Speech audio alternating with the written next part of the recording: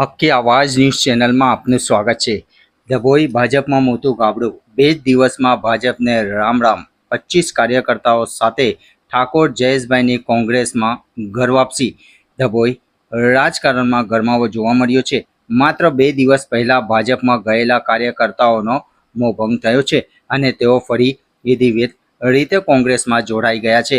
ડભોઈ કોંગ્રેસ કાર્યાલય વિશ્વેશભાઈ સિદ્ધાર્થભાઈ પટેલની આગેવાનીમાં ભાજપના કાર્યકર્તાઓ કોંગ્રેસમાં જોડાયા। ઘર વાપસી। વડોદરા જિલ્લા બક્ષી પંચ મોરચાના જિલ્લા પ્રમુખ ઠાકોર જયેશભાઈ મેલસિંહભાઈ કરનેત પોતાના 25 સમર્થકો સાથે કોંગ્રેસ પરત ફર્યા છે। ટૂંકા ગાળામાં પક્ષ પલટો।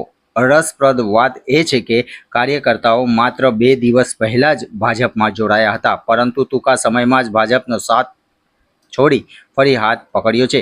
મહાનુભાવોની હાજરી। આ પ્રવેશ કાર્યક્રમ વખતે કોંગ્રેસના અનેક દિગ્ગજ નેતાઓ હાજર રહ્યા હોવાનું જાણવા મળ્યું હતું। રિપોર્ટ રફીક મંસૂરી।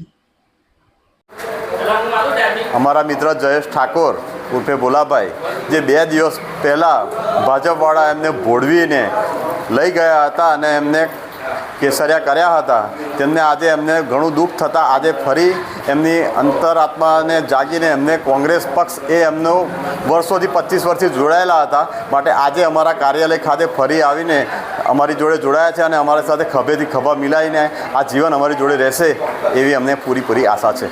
કેટલા કાર્યકર્તાઓ? આજે ભોલાભાઈ 25 કાર્યકર્તા સાથે કોંગ્રેસ જોઈન કરી છે।